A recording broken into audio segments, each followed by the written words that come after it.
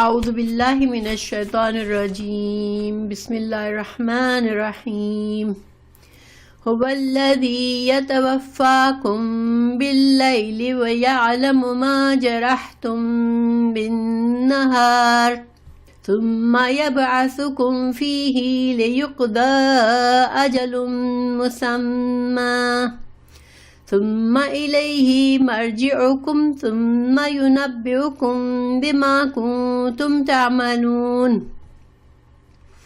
وهو القاهر فوق عباده ويرسل عليكم حفظة حتى إذا جاء أحدكم الموت توفته رسلنا وهم لا يفرطون۔ تو ان آیت کا ترجمہ کیا ہے؟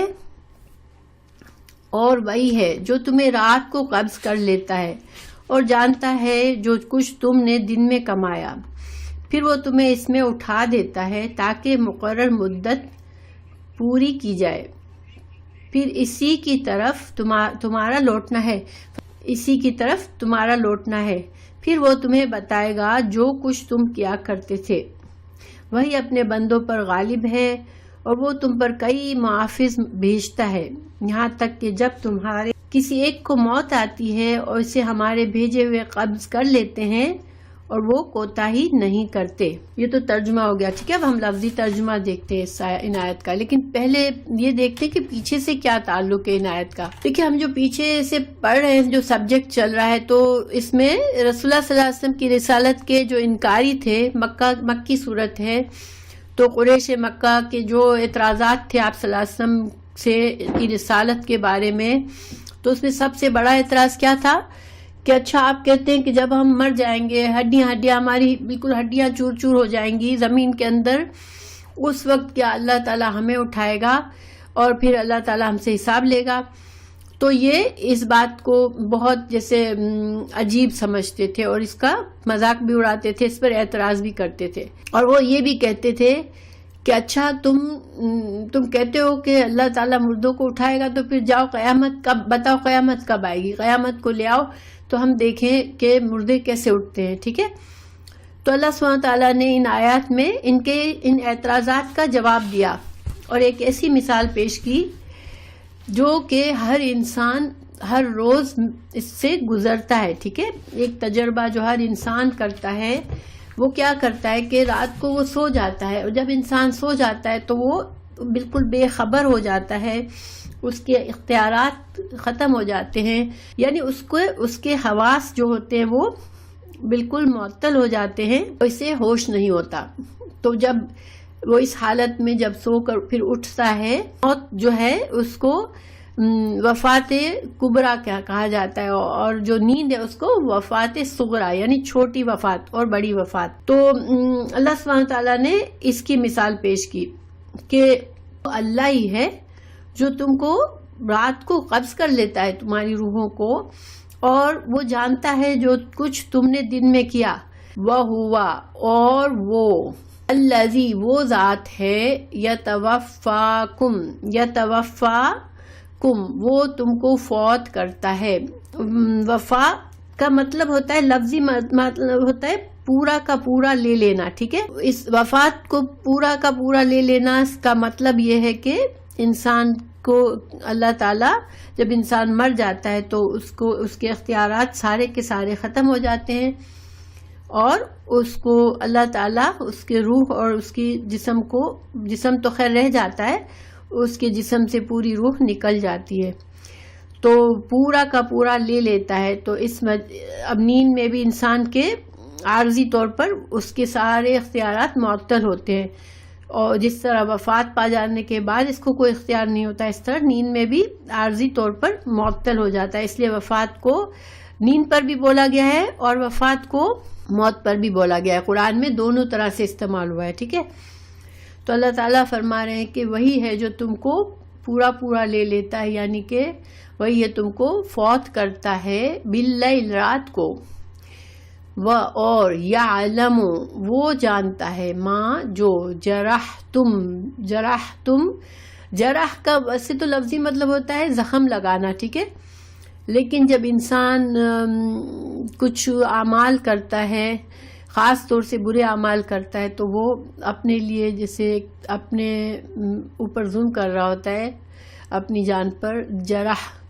تو جرح جو ہے اصل میں جیسے انسان کے جو اعمال ہے جن کے لیے وہ اکاؤنٹیبل ہے، وہ جرح تم کہا گیا یہاں پر، کہ تم جو کچھ اعمال کرتے ہو، یعنی کہ یا تم نیکی کماتے ہو، بدی کماتے ہو، جو کچھ کماتے ہو رات دن بھر میں، بن نہارے دن کے وقت، ثم پھر یبعثکم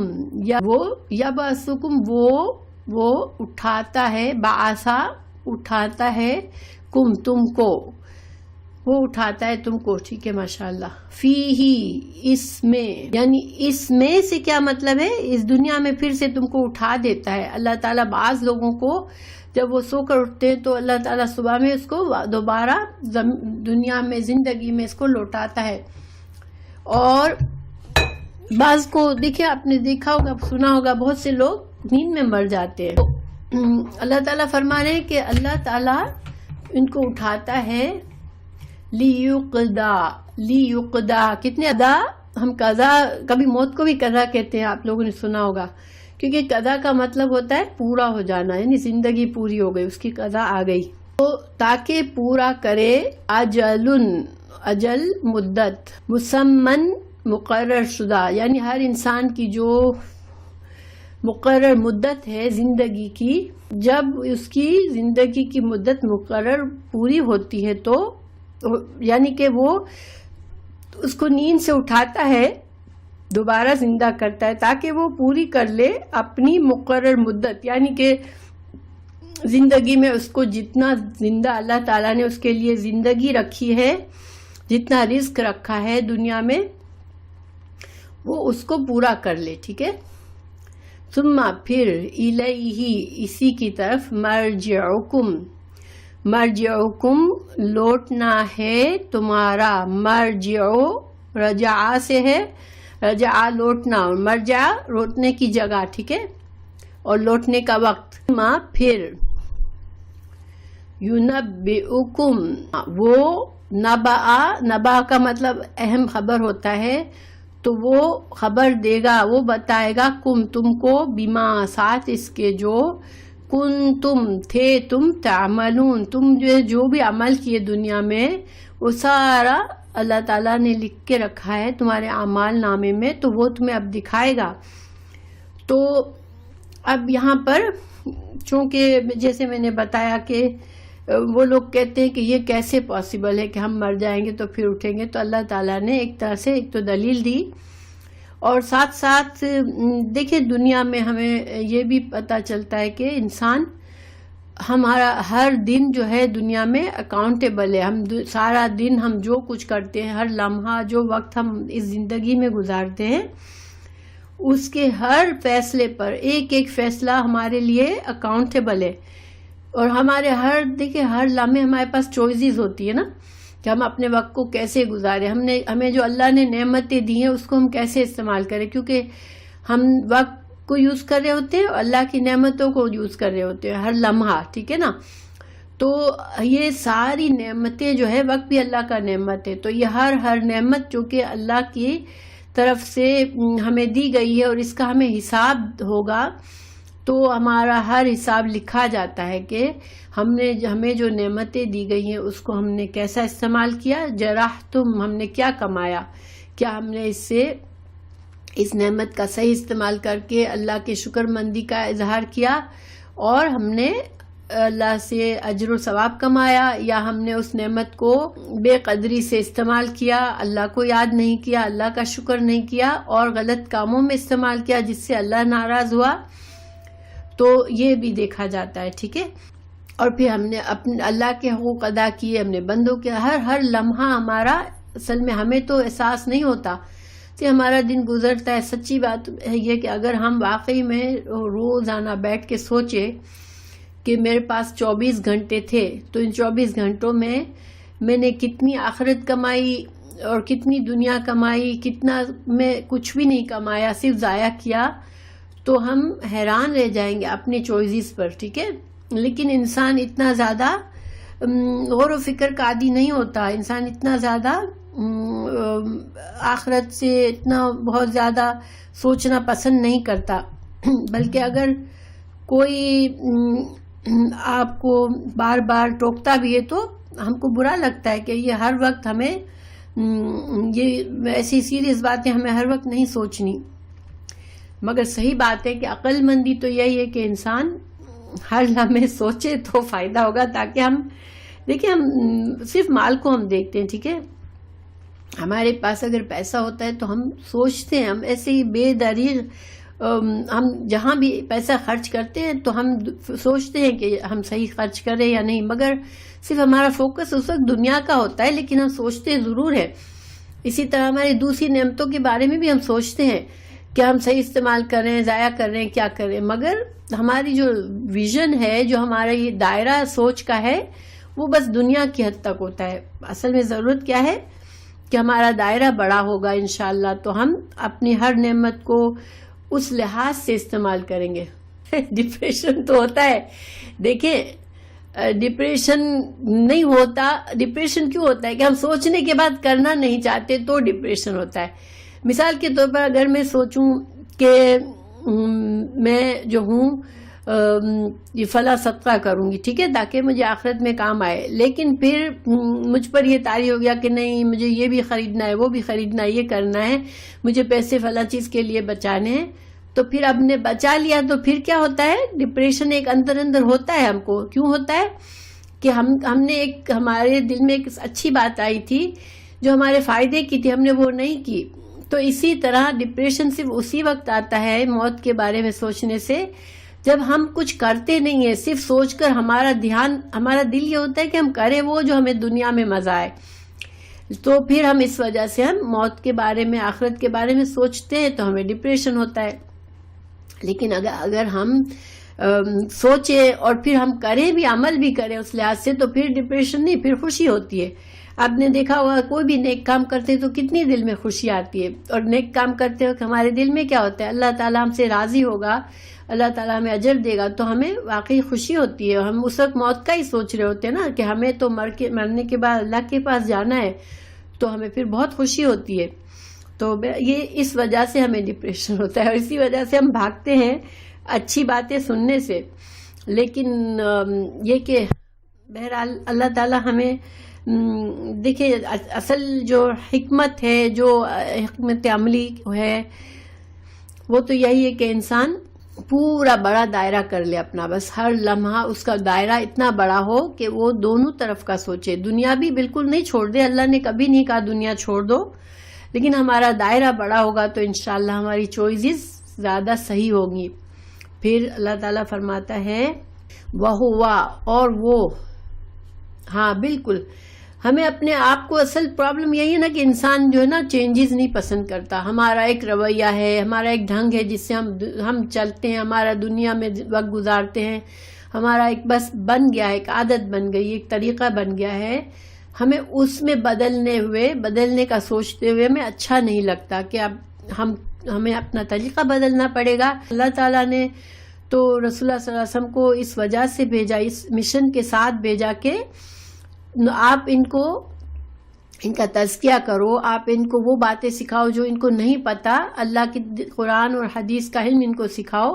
آپ کو سورہ حضرت ابراہیم علیہ السلام کی دعا جو سورہ بقرہ میں ہم نے پڑھی تھی، وہ آپ کو یاد ہوگی نا کہ کیا دعا ہے، اللہم ابعث فیہم رسولا یتلو علیہم آیاتک ویعلمہ کتاب والحکمت ویزکیہم۔ تو جب تک ہمارا تزکیہ جب ہوگا، جب ہم یہ قرآن سے جڑیں گے اور ہم ہمیشہ سوچیں گے کہ ہم ابھی تیار نہیں ہیں، تو پھر اللہ تعالیٰ ہماری حفاظت کرے، اس لیے کہ یہ تو ہمیں ایسا لگتا ہے، ہمیں یقین ہے کہ ہم پتہ نہیں کب تک ہمیشہ کے لیے رہیں گے دنیا میں، اور ہماری نعمتیں ہمیشہ رہیں گی، مگر نہ ہماری کسی نعمت کا بھروسہ ہے کب تک ہمارے پاس ہوگی، اور نہ ہماری زندگی کا بھروسہ ہے۔ یہ اگلی آیت ہمیں یہی بتاتی ہے، وَهُوَ، اور وہ، القاہر، اللہ غالب ہے، قاہر کیا ہوتا ہے؟ قاہر جو ہے نا، جیسے قادر کا مطلب ہم سمجھتے ہیں نا کہ اللہ قدرت رکھتا ہے، اللہ جو چاہتا ہے کرتا ہے، اللہ پیدا کرتا ہے. تو قاہر جو ہے اس میں زیادہ معنی ہے. قاہر میں کیا ہے کہ اللہ تعالیٰ پیدا بھی کرتا ہے اور اللہ تعالیٰ فنا بھی کر دیتا ہے. تو کائنات میں جو بھی پیدا ہوتا ہے، جو چیز فنا ہوتی ہے، جو چیز بنتی ہے، جو خراب ہوتی ہے، اس کا قاہر، اس کا کنٹرول کس کے پاس ہے، اس کا پاور کس کے پاس ہے؟ اللہ کے پاس ہے. تو پھر جب ہمارا کوئی پاور ہے ہی نہیں اپنی زندگی پر، نہ ہماری نعمتوں پر. دیکھیں صحت چلی جاتی ہے، اب انسان بستر میں پڑا ہوا ہے، بیمار ہے، اب سوچتا رہتا ہے کہ میں کوئی نیک کام کر لیتا، میں یہ کر لیتا. نہ ہماری صحت ہمیشہ کے لیے ہے، نہ ہماری دولت ہمیشہ کے لیے، نہ ہمارے اعضاء ہمارے ہمیشہ کے لیے. اور ہم ابھی محسوس کرتے ہیں جیسے جو عمر بڑھتی ہے ہمیں احساس ہوتا ہے کہ ہم سب تو فٹ رہنا چاہتے ہیں، ہم چاہتے ہیں ہمارے پاس قوت ہو، طاقت ہو، ہم بڑا اچھا فیل کریں. لیکن دیکھیں کہ ہم سب اندر سے ڈرے ہوئے ہوتے ہیں. جب ایج بڑھتی ہے آہستہ آہستہ تو ہمیں احساس ہوتا ہے ارے ہمیں تو اپنے جسم پر کنٹرول نہیں ہے، میرا یہ دکھ گیا اب اس کو ٹھیک ہی نہیں ہو رہا ہے، وہ ٹوٹ گیا وہ ٹھیک ہی نہیں ہو رہا ہے، یہ میرا سسٹم کام نہیں کر رہا ہے، یہ تو صحیح نہیں ہو رہا کسی طرح. تو ہمارے قبضے میں کچھ بھی نہیں ہے، اللہ قاہر ہے. تو اللہ سبحانہ تعالیٰ فرماتے ہیں کہ وہ بندوں پر قاہر ہے. اللہ جب چاہے اسے پیدا کرے، جب چاہے اسے فنا کرے، جب چاہے اسے نعمتیں دے، جب چاہے ان کی نعمتوں کو خاتمہ کر دے. تو اس کی سورہ آل عمران میں ہے، آیت 26-27 کا ترجمہ ہے، آپ کہہ دیں یا رسول صلی اللہ علیہ وسلم سے کہا جا رہا ہے، آپ کہہ دیں اے اللہ بادشاہی کے مالک، اے اللہ بادشاہی کے مالک، تو جسے چاہے بادشاہی دیتا ہے اور جس سے چاہے بادشاہی چھین لیتا ہے، اور جسے چاہے عزت دیتا ہے اور جسے چاہے ذلیل کرتا ہے. تیرے ہاتھ ہی میں ہے ہر بھلائی، بے شک تو ہر چیز پر پوری طرح قادر ہے. تو رات کو دن میں داخل کرتا ہے اور تو دن کو رات میں داخل کرتا ہے، اور تو زندہ کو مردہ سے نکالتا ہے اور تو مردہ کو زندہ سے نکالتا ہے، اور تو جسے چاہے کسی حساب کے بغیر رزق دیتا ہے. یہ اللہ کا غلبہ ہے. اللہ مکمل کنٹرول رکھتا ہے کہ چیز لے لے چیز دے دے، جان دے دے جان لے لے. تو اللہ سبحانہ تعالیٰ ہمیں یہ سمجھ دے کہ ہم چھوٹا سا تھوڑا سا جو اختیار ہم ملا ہے، ہم اتنے غفلت میں ہیں کہ بس میرا جب دل چاہے گا جب میں کروں گی. میں ابھی جیسے مجھے یہ زیادہ ضروری ہے، میرے پاس بہت سے مسائل ہیں، میرے پاس یہ ہے، میرے پاس وہ ہے، اور ہم دنیا کے ہر چیز ہمارے لیے ایسے ہے جیسے کہ بس یہ نہیں چھوڑ سکتی میں، اس کی وجہ تو اگر اس کو چھوڑا تو اس کو تو میرے لیے چھوڑنا پاسبل ہی نہیں ہے. لیکن جب ہماری جان لی جا رہی ہوگی، جب فرشتے ہمارے سامنے کھڑے ہوں گے، تو جب ہمارے پاس چوائس ہوگی کہ دیکھو فرشتوں میرے پاس یہ کام پڑے ہوئے مجھے یہ کر لینے دو، نہیں، وہ تو جب آئیں گے ہمارا وقت آئے گا ہمیں لے جائیں گے. تو وَهُوَ الْقَاهِرُ فَوْقَ عِبَادِهِ، وہ اپنے بندوں پر مکمل طور پر قدرت رکھتا ہے. وَيُرْسِلُ، اللہ کیا کرتا ہے؟ بھیجتا ہے. وَيُرْسِلُ عَلَيْكُمْ، تم پر حفظتاً، نگہبان. اللہ سبحانہ تعالیٰ نے ہمیں پیدا کیا، پھر اللہ تو خود بھی ہر چیز پر نگہبان ہے، وہ کسی کا محتاج نہیں، لیکن اس کے باوجود اللہ نے فرشتوں کو ہمارے نگہبان بنایا ہے. دیکھیں بہت سے فرشتے ہمارے ارد گرد ہوتے ہیں، مگر ہم سمجھتے ہیں کہ ہمیں کوئی نہیں دیکھ رہا. ٹھیک ہے، ہم اپنی تنہائی میں ہیں، ہم جو چاہے کریں، مگر فرشتے ہمارے اپنا کام کر رہے ہوتے ہیں. ہر انسان کے آگے پیچھے کئی فرشتے لگے ہوئے ہوتے ہیں، کیونکہ اللہ سبحانہ تعالیٰ نے ہم پر فرشتے مقرر کیے ہیں. تو مثال کے طور پر کچھ فرشتے کیا کرتے ہیں کہ ہماری حفاظت کرتے ہیں. دیکھیں اللہ کے نیک بندوں کی حفاظت کی جاتی ہے کہ وہ بہت سے نقصانات ہماری طرف آ رہے ہوتے ہیں، وہ فرشتے ہماری حفاظت کرتے ہیں اللہ کے حکم سے. پھر اعمال نامہ لکھنے کے لیے کرامن کاتبین ہے. اللہ سبحانہ تعالیٰ نے فرمایا الانفطار میں وَإِنَّ عَلَيْكُمْ لَحَافِظِينَ كِرَامًا كَاتِبِينَ يَعْلَمُونَ مَا تَفْعَلُونَ، حالانکہ بلا شبہ تم پر یقیناً نگہبان مقرر ہیں جو بہت عزت والے لکھنے والے ہیں، وہ جانتے ہیں جو تم کرتے ہو۔ تو فرشتے بالکل باخبر ہے ہمارے ہر عمل سے، اور ظاہر باخبر ہے اس کا مطلب ہے وہ ہمیں ہر لمحہ دیکھ رہے ہوتے ہیں، سن رہے ہوتے ہیں، حتیٰ، اور اس کے علاوہ دیکھیں فرشتے کچھ جو ہے موت کے فرشتے بھی ہوتے ہیں، ٹھیک ہے، تو حتیٰ اذا جاء، جب آتی ہے، احدکم، تم میں سے کسی ایک کو، الموت، موت، توفتہ، فوت کرتے ہیں اس کو، رسولنا، اس کو ہمارے بھیجے ہوئے فرشتے اس کو فوت کرتے، وہم، اور وہ لا یفرطون، وہ نہیں کمی کرتے۔ تو یہاں پر رسولنا سے لگتا ہے کہ زیادہ فرشتے آتے، ملک الموت ایک ہوتا ہے، ٹھیک ہے، اور ملک الموت کو کچھ لوگوں نے جیسے اس کا نام رکھا ہے، تو قرآن میں اللہ تعالیٰ نے اس کو ملک الموت کہا ہے، تو ہم بھی اگر ملک الموت کہیں سمجھے تو صحیح ہے، ہم قرآن کے مطابق ہیں الحمدللہ۔ تو لیکن اللہ تعالیٰ نے یہاں پر فرمایا کہ ہمارے بھیجے ہوئے فرشتے، جمع کا صیغہ استعمال کیا ہے، تو اس کے بارے میں کہا گیا کہ ملک الموت کے ساتھ عذاب کے فرشتے کبھی آتے ہیں، کبھی رحمت کے فرشتے آتے ہیں۔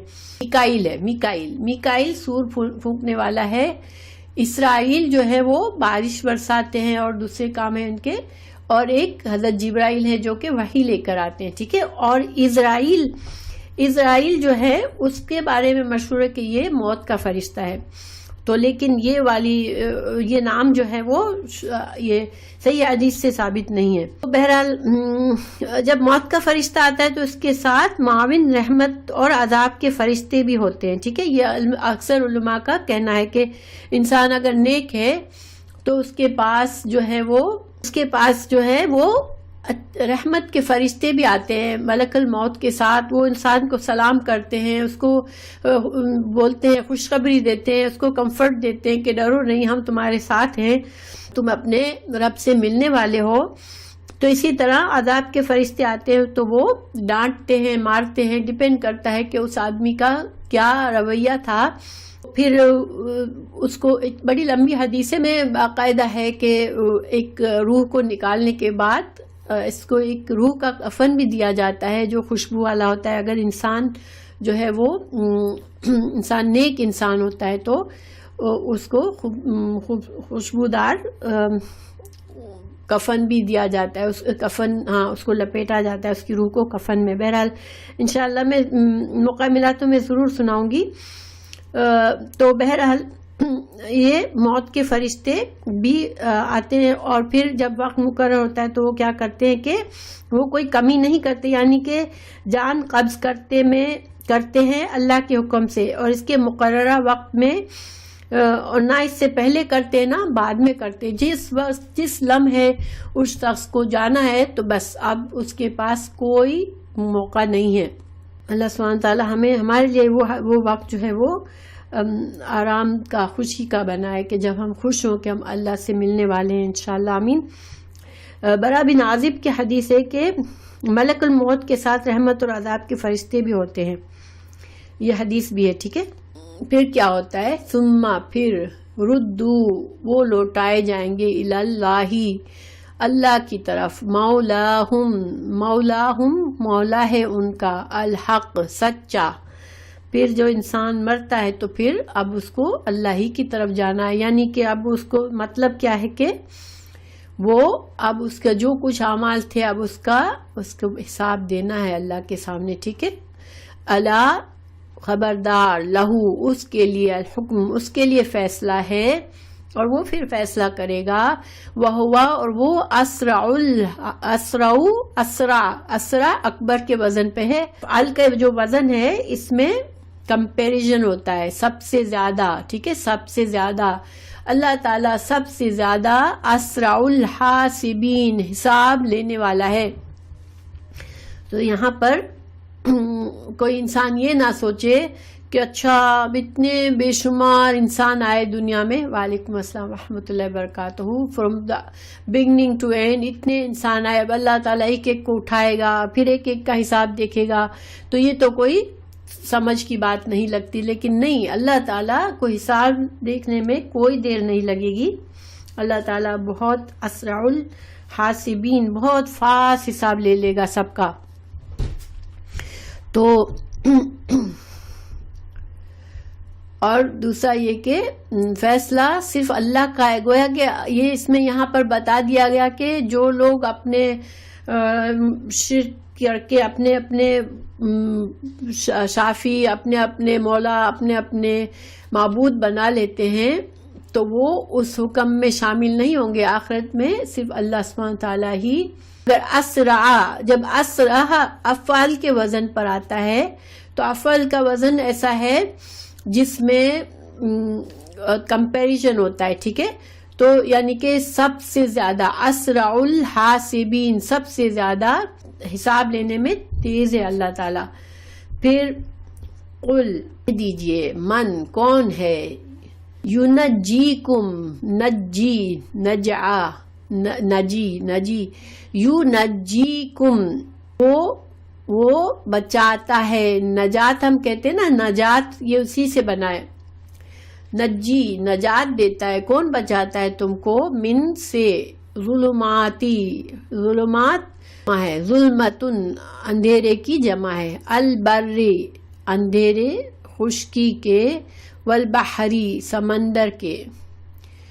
تو کون بچاتا ہے تم کو اندھیروں سے، خشکی کے اور سمندر کے. تدعونہ، دعا، تم پکارتے ہو اس کو. تدعونہ، تضرعاً گر گرا کر، تضرعاً گر گرا کر، وخفیتاً اور چپکے چپکے، خفیتاً چپکے چپکے. لئن البتہ، اگر انجانا، اگر نجات دے ہم، انجانا نجات دے ہم، من ہذہ اس سے، لنکونن تو البتہ ضرور ہو جائیں گے، من الشاکرین شکر گزار. تو یہاں پر اللہ تعالیٰ انسان کو جھنجھوڑ رہا ہے اس کی نفسیات بتا کر، ٹھیک ہے. ایک انسان کے اندر نفسیات ہے کہ اللہ تعالیٰ کی توحید اس کی نفسیات میں ہے. یعنی جس وقت تمام طرف اندھیرے چھا جاتے ہیں، چاہے وہ سمندر میں ہو اور اسے لگے کہ اب میں ڈوبنے والا ہوں، یا زمین میں ایسے حالات پیدا ہو جائے کہ اب اسے یقین ہو جائے کہ اب مجھے بچانے والا کوئی نہیں ہے، اس وقت ایک دم سے اس کے اندر توحید جاگتی ہے، ٹھیک ہے، چاہے وہ بلیور ہو یا نہ ہو. اور وہ کیا کرتا ہے کہ وہ اللہ کی طرف گر گرانے لگتا ہے کہ اللہ اب مجھے تو بچا. اور اس وقت اسے اپنے کوئی بھی جو بھی بت ہے، جو بھی اس نے جو شریک بنا رکھے، وہ اس کا خیال بھی نہیں آتا.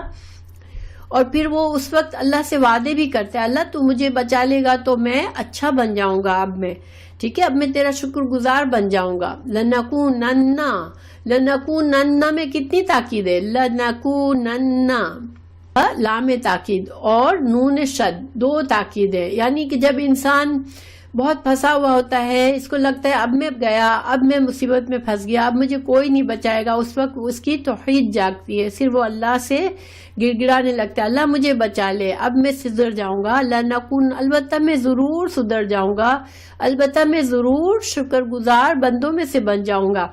اس وقت اس کے دل میں یہ ہوتا ہے. مگر اصل میں اس کا مطلب چھپا ہوا کیا ہے کہ اللہ تعالیٰ ہمیں بتا رہے ہیں کہ جیسے ہی تم کو اللہ نجات دیتا ہے اس مشکل سے، تم پھر سے ناشکرے بن جاتے ہو، پھر سے اپنی روش پر چلے جاتے ہو. اور یہ تو دیکھیں نان مسلم کی، کافروں کی بات ہو رہی ہے، لیکن ہم بھی دیکھیں جب ہم بہت ایسی بیماری اللہ نہ کرے کسی کو آتی ہے کہ اس کو لگتا ہے اب میں پھنس گیا، اب میں نہیں نکل سکتا، تو رو رو کے اس کو دعا مانگتا ہے اور اس کے دل میں آتا ہے کہ میں اپنے ایکشن صحیح کروں گا، میں اب بہتر انسان بنوں گا.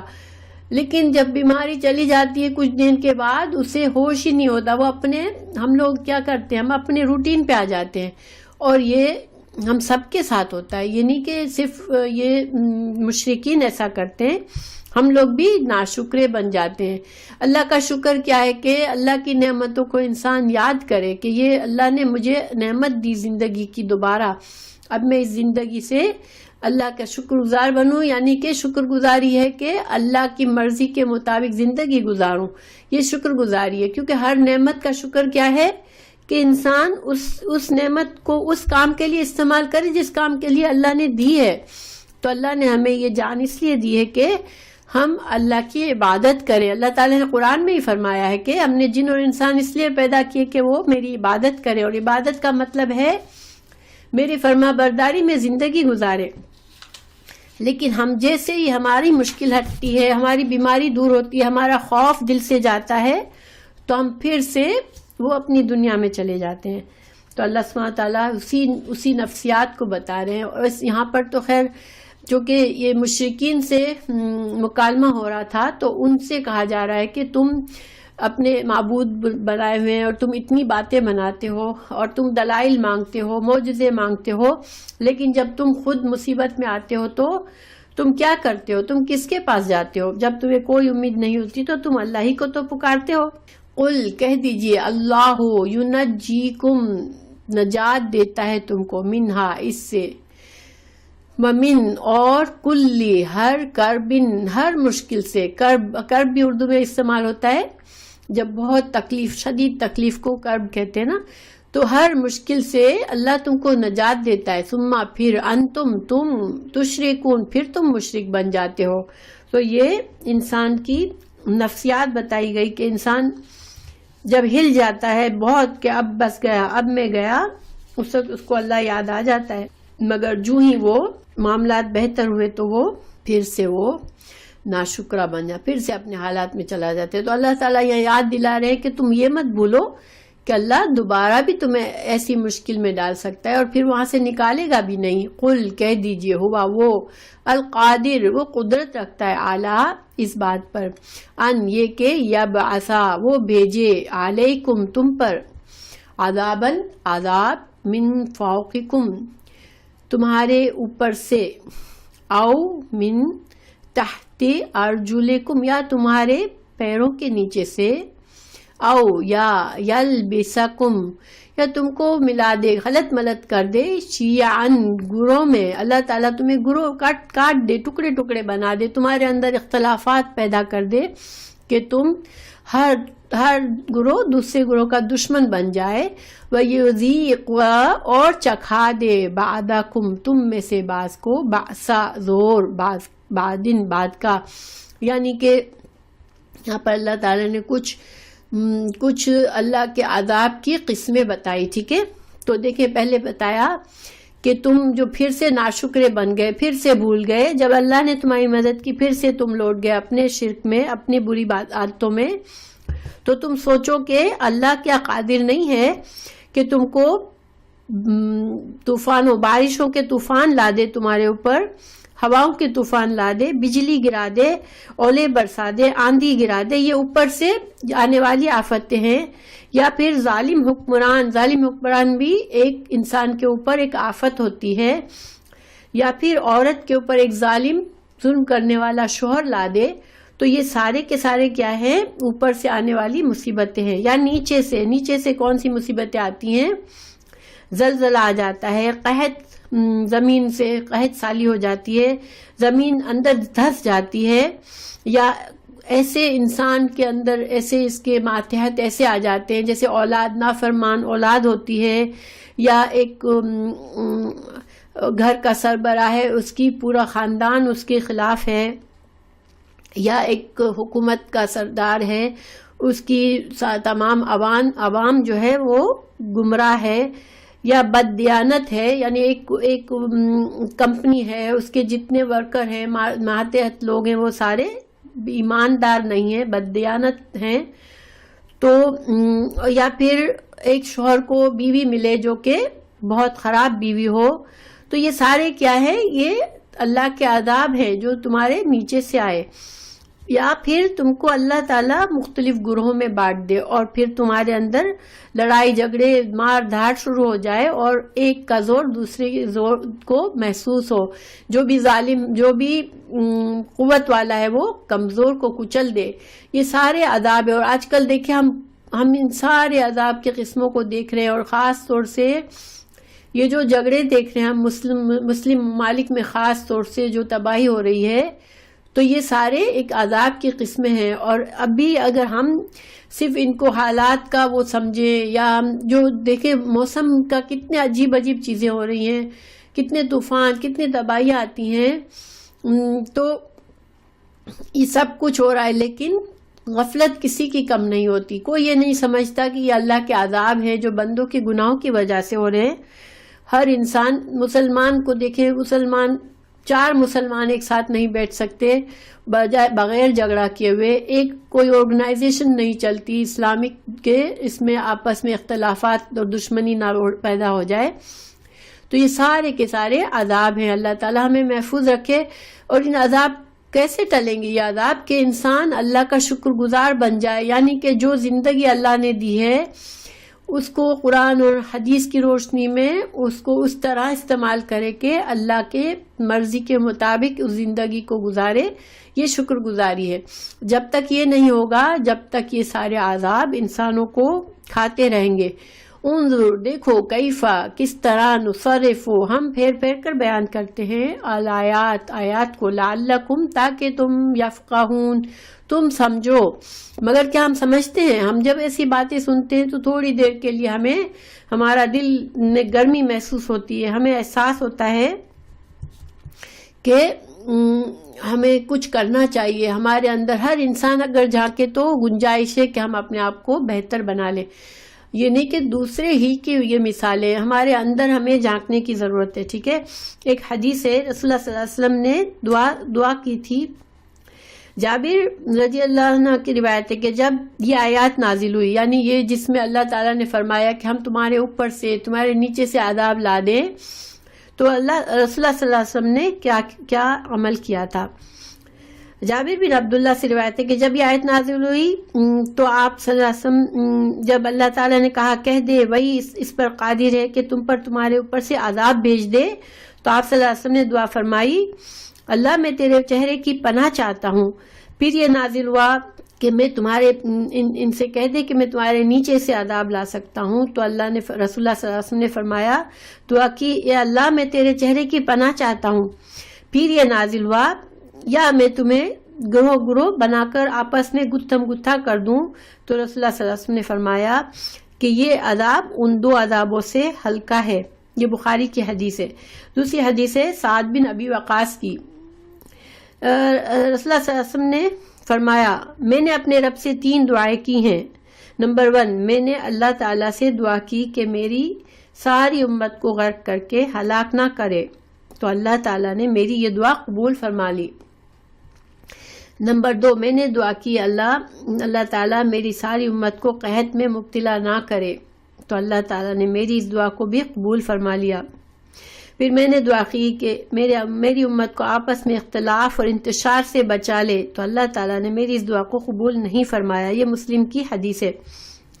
تو یہاں پر ہمیں یہ دلیل ملتی ہے کہ دعا کا نہ قبول ہونا یہ مطلب نہیں ہے کہ انسان اللہ کا نیک بندہ نہیں ہے. ٹھیک ہے. بعض اوقات نیک بندے اللہ کی دعائیں کر رہے ہوتے ہیں اللہ سے کسی بات کی، لیکن اس کی دعا قبول نہیں ہو رہی ہوتی ہے. اس میں اللہ کی حکمت ہوتی ہے.